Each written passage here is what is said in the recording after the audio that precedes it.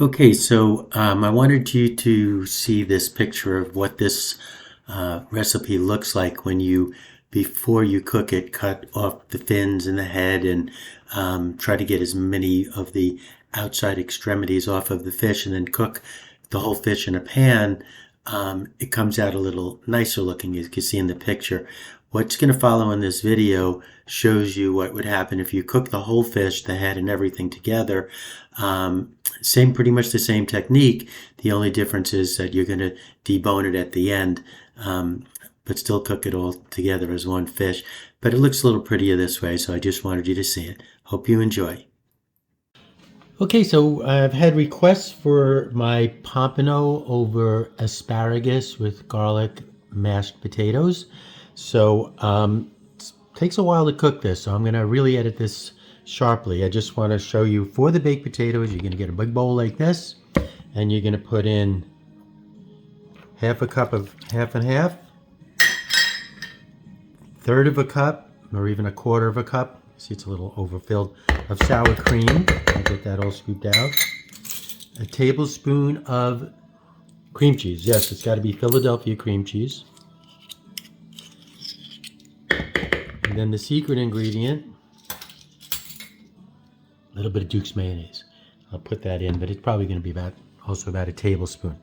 Salt and pepper, you're going to put that in the microwave for just 30 seconds, just to warm it. If you left it out and made it room temperature, it'd be perfectly fine too, but you want to get it kind of warm because we're going to put the potatoes in here that have been cooking on the stove with the garlic. So I take like 4 or 5 cloves of garlic, put it in with 2 potatoes cut up, boil it. When the potatoes are soft, the garlic is ready too. Just let it sit there for a while, again, to get it to not quite room temperature. It should still be hot because we're going to warm it up later. And then we're going to use a ricer, or you could just use your potato masher and mash everything together, the garlic, the potatoes, and all of these ingredients. I actually forgot one ingredient. You probably caught me on it. Butter. So, yeah, I know it's a lot of fat in this, but maybe 2 tablespoons of butter. If you want to be responsible, cut it a little bit. So this is what that mixture is going to look like, the butter and the mayonnaise and all that other stuff. You want to put a little salt and pepper, especially if you use unsalted butter, like I do. If you use salted butter, you don't have to put as much salt, but just salt and pepper. I'm also going to put a teaspoon of dill and a teaspoon of chives in this. So that would be the other ingredients. Then we're going to strain through the ricer, potato ricer. We're going to do the cut up potatoes that have been boiling and the garlic together in the ricer, so that'll come here. If you're just going to use a potato masher, you just put everything in here and mash away. Okay, another thing I forgot to say, when you strain the potatoes, you're going to be cooking them in salted water. Remember, the garlic is cooking in that water too. So you're going to save a little bit of the water, and that's what you're going to use to thin it, not any more milk or butter or anything like that.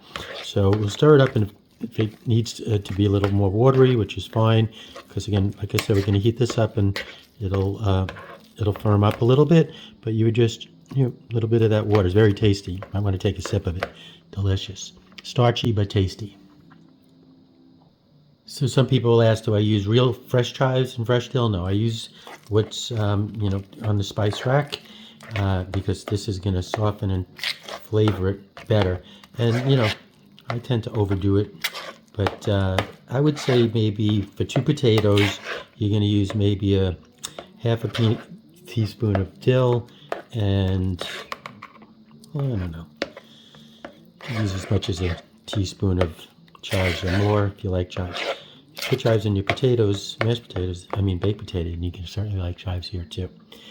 Okay, so I just want to bring over the star of the show. We'll put these potatoes out of the way, and don't freak out, because yes, I do get the whole fish. Yeah, the Asian guy at the Asian market is always surprised when I tell him don't cut off the head. Now, this is not what it's going to look like when we serve it, but I love cooking the whole thing together, and it's easier actually. You can cut these fins off now. I hate to tell you, but these get crispy and delicious, and I eat them. And there's meat in the head. If you can do it, There's meat right around here. You never taste anything like it. But everything's going to be trimmed off, and we're going to debone it before we plate it. Okay, so I'm just going to take this little fin off. This we definitely don't need. I should have had him cut that off in the store. Be careful when you do this. Don't always cut away. Okay, we'll do the one on the other side. But what we're going to do here is we're going to score this fish with 3 deep scores. And one of the things I love about Pompano, my father-in-law turned me onto this fish when I was in Florida. At that time, it was the most expensive. You could Google most expensive fish in Florida. Pompano will come up. But I guess they farm it now. I got it at the Asian market for $4.99 a pound. But you're going to score it, and then we're going to stuff that with butter. I know, more butter. I'm just going to do a couple of, literally just stuff it in there like that. Okay, we're going to do that for every one of these before we start cooking. Okay, in the cavity, whoops, sorry, shook that, which we probably should have done before we put the butter. You're just going to put some kosher salt. All right, not a lot. You probably just put too much, and then you're going to salt and pepper the fish on both sides. Fresh pepper. Salt. Okay, now what you don't see back there is I have a cast iron skillet on the stove, getting that to a pretty high temperature with olive oil. You want to use cooking olive oil, not the really dark extra virgin olive oil. We'll use that later because we're going to sear it on both sides in the pan. Oh, and set your oven for 350. You could start preheating that while you're doing this.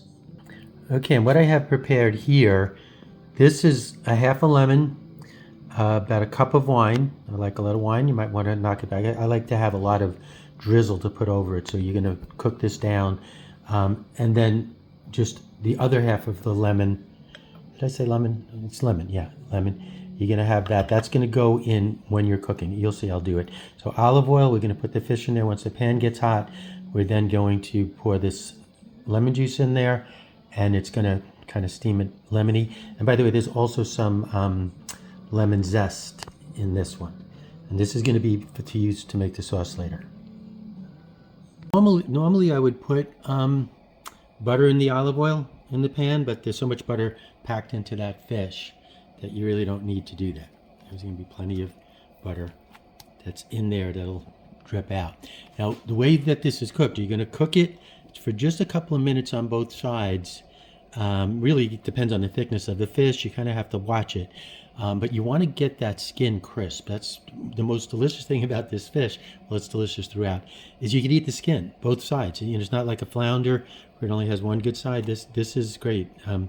I really love the skin, and even though we're going to cut off the fins and the head, we're going to definitely leave the skin when we serve it. Okay, you can tell when the oil is hot. You don't want it bubbling, but don't worry so much about the skin. Remember, this is going to go in the oven. That's really where it's going to cook inside thoroughly.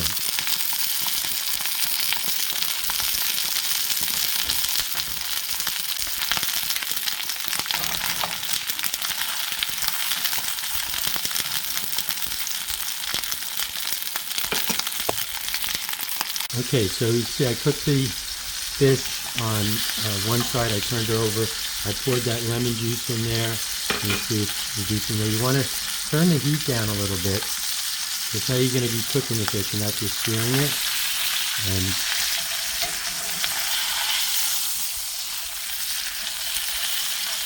you turn it a couple of times. Hope people aren't grossed out, but you got to be careful because it does get flaky. You see the butter's in there. It's basically going to keep cooking it until the butter melts, and you got to sear it and cook on both sides. But then we're going to take this whole pan. That's why I love my cast iron pans.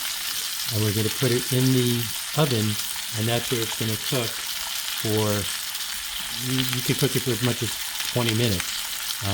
You really can't overcook this fish, especially with the butter in it. You want to make sure it's cooked, so I can't really give you a time. I'm going to do it for 20 minutes. That should be enough, but I sometimes will cut it to make sure that it's cooked through. Remember, what I'm going to do, and I can show you, be very careful with these cast iron pans. Always use a glove to lift them up. I did try to take one out of the oven once. I forgot that. So especially when you're taking it out of the oven, it's going to be very, very hot. I always have one of these handy, so if the lemon cooks down too much, it starts crystallizing, you want to just put another couple of shots in there. This looks like it's cooked in the pan just about enough. Try it one more time. I did not do such a good job sustaining the skin on this one, but it's still going to be delicious. All right, so I'm going to turn down the heat on this.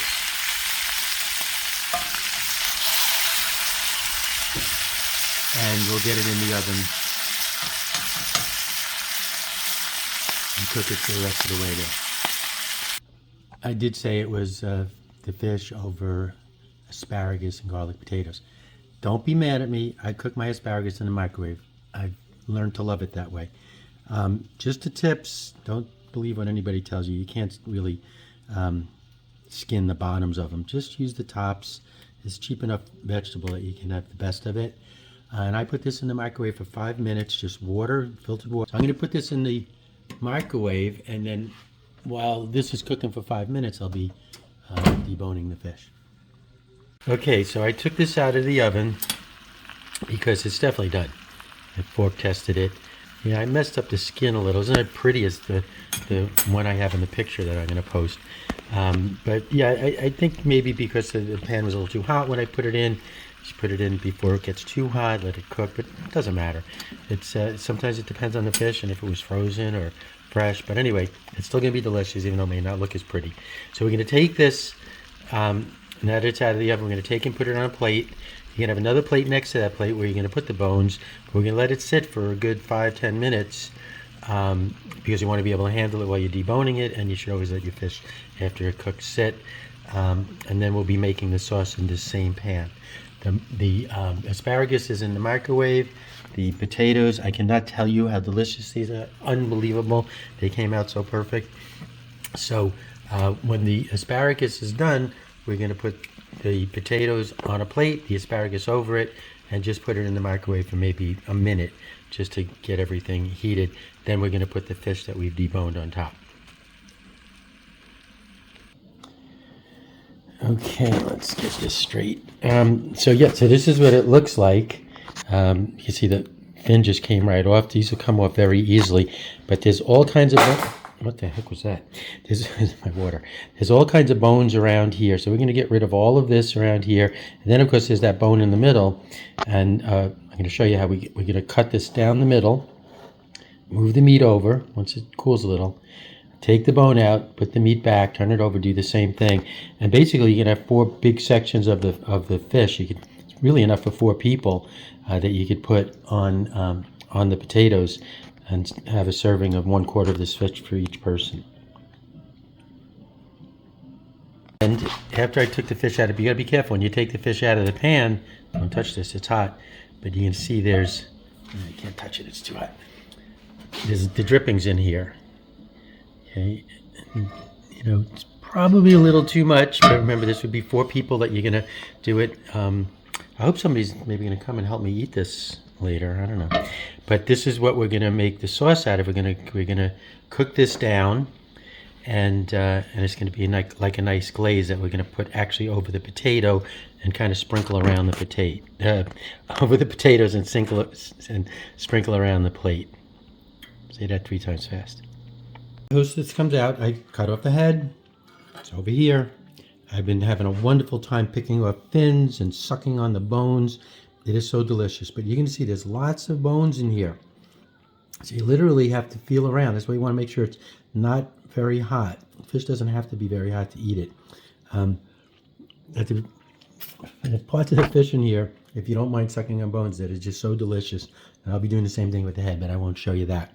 But I'm going to cut this here, so we don't want to waste any of that meat.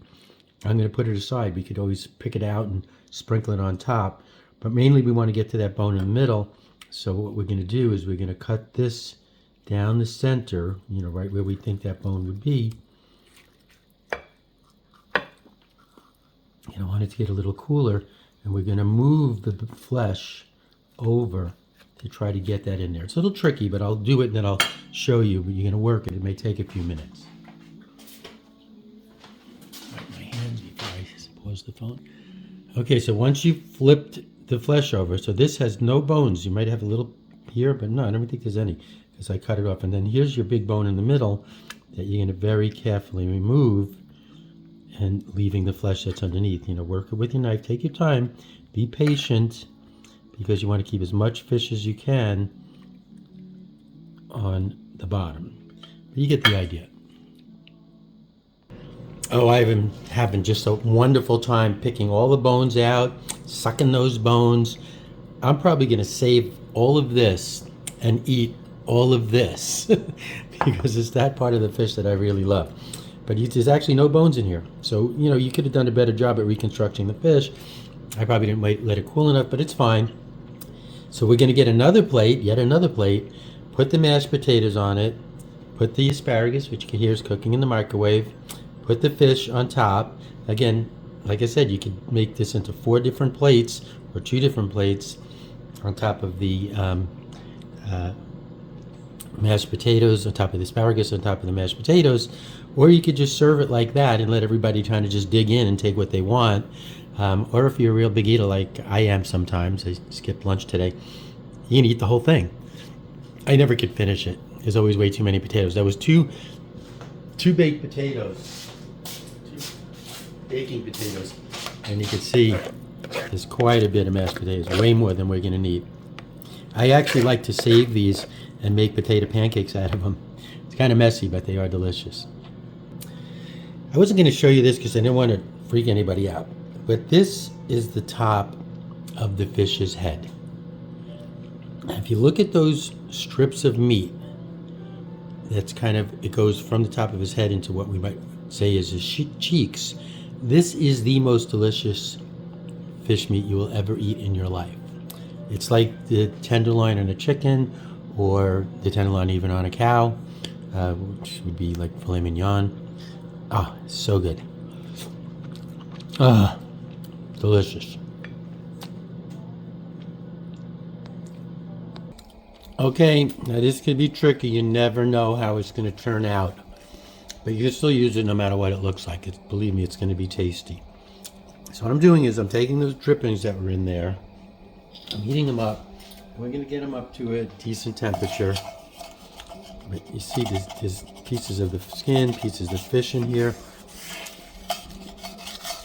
And what we're going to do, once we feel it's at the temperature, remember, don't touch this handle because it still might be hot from the oven.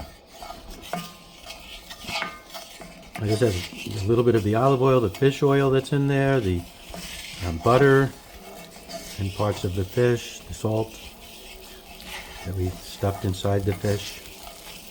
And don't overdo it with the salt inside the fish. Okay, hear it? Once it gets to that temperature, now again, this is just olive oil. No, this is just wine. I've been drinking some of it. Half a lemon, salt and pepper. That's all that's in here. And again, you want that sound. You gotta know when it's gonna happen. Is it too soon? Is it too soon? No, perfect. And basically what you're doing is you're scraping everything off the bottom of the pan while this is boiling. So this is going to reduce to at least half of this, if not more. Again, you got to be careful. If you go too far, you may want to lower the temperature a little. Just keep it boiling like that. That's releasing the fluid, the water that's in there, and thickening it into more of a sauce. So you get the idea. I'm going to keep doing this, scraping and scraping. Got to constantly stir, constantly stir, otherwise it will separate. So I just want to show you this technique. I can't even tell you how delicious this smells. But you see what you're doing is you're pushing. You pretty much scraped everything off the pan. But you know, a cast iron pan, this is how you actually temper the pan, or whatever the term is. Because it's going to always have some of this remnant in it. And the next thing you cook is going to remind the flavor of it. But you see how I'm pushing and it's like not there, and then it comes in? That's how you know it's getting thick enough and you don't want to overdo it. It's just like a second when it's just too much. So you kind of just have to watch. Keep it kind of at that temperature. You can see it's much less liquid now, right? This would probably be delicious, but as you're thickening it, it's getting tastier and tastier and tastier. And you're going to pour this over the potatoes and, like I said, around the plate of the fish. Okay, it's about, I guess all in all, it was probably less than 5 minutes. But you can see I turned the temperature up, and what you want it to do, you want it to stay all thick like a sauce. I can't even tell you, this may be the most perfect it's ever come out in all the time I've done this. So what we're going to do is we're going to actually scoop this up.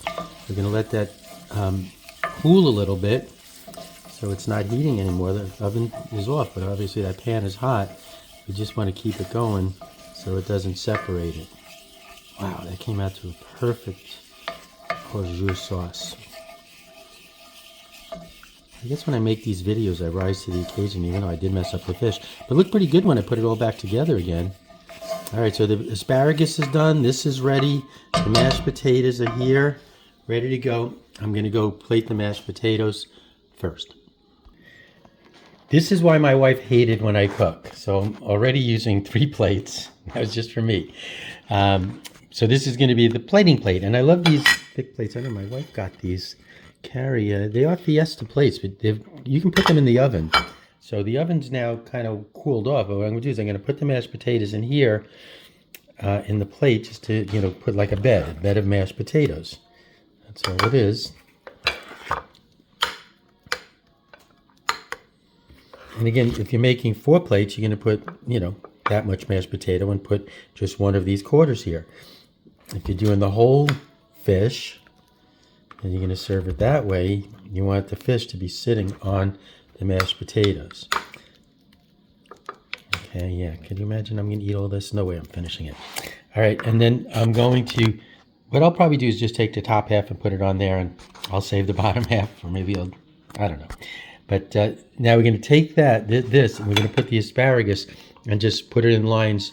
Either way, they're long enough. I'm going to put them this way and just put that in the microwave for, like I said, about a minute. Again, because I don't want anybody getting hurt. When you cook this for 5 minutes in the microwave, you can cook potato in 5 minutes. They're going to be very, very tender. So I probably should have done it a little less time because they are small, but I like them really almost melting in your mouth. And you're going to pick this up. It's going to pick up the olive oil and juice and put it on here. So this is going to already heat the potatoes, and you're just going to zap it. You don't want to overcook them. Maybe even 30 seconds can be enough. These potatoes are not cold. They're room temperature, which is perfectly fine. You can have the fish. You can have you don't think that you have to eat all your food hot.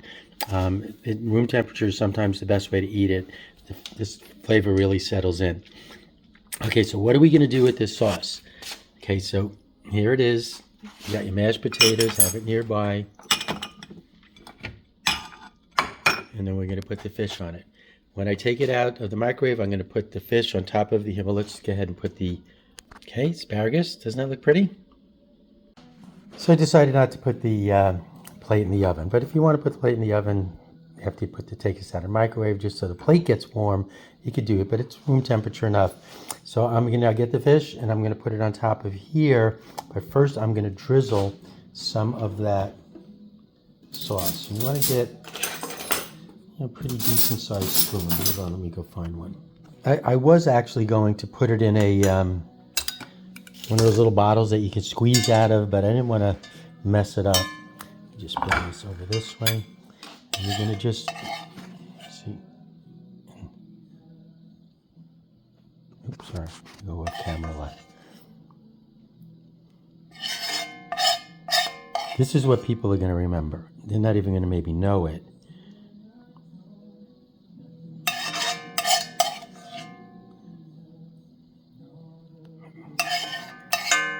There's just so much flavor in this 1/4 of an ounce. You want to do some pretty stuff on the rest of this. We're going to put on top of the fish. Okay, so I'm going to need both hands to get the fish from here to here. So pause. And I should warn you that there's still going to be bones. You have to be careful. Unless you really stick your hands in there and find every single bone, take the bones, suck the meat off, enjoy it. So if you're serving it and you want to be fancy, make sure there's not a bone in there. They're all in the same general area. But once you get that meat separated, it's got no bones inside the meat like some fish do. So that was where it was. This is now where it is.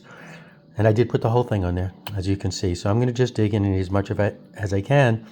But yes, it does taste as good as it looks, even though it doesn't look good. But it does look tasty, doesn't it?